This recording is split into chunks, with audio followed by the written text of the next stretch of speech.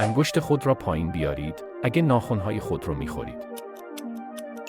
چالش انگشت خود را پایین بیارید. ورژن عادت‌های نامناسب. اگه بیشتر از 5 انگشت پایین بیاری باید یه فکری به حال خودت بکنی. انگشت خود را پایین بیارید اگه به بقیه حسودی می‌کنید.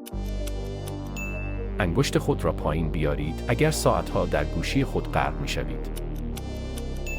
انگشت خود را پایین بیارید اگه من رو لایک و فالو کردید. انگشت خود را پایین بیارید اگه سریع عصبانی می‌شوید.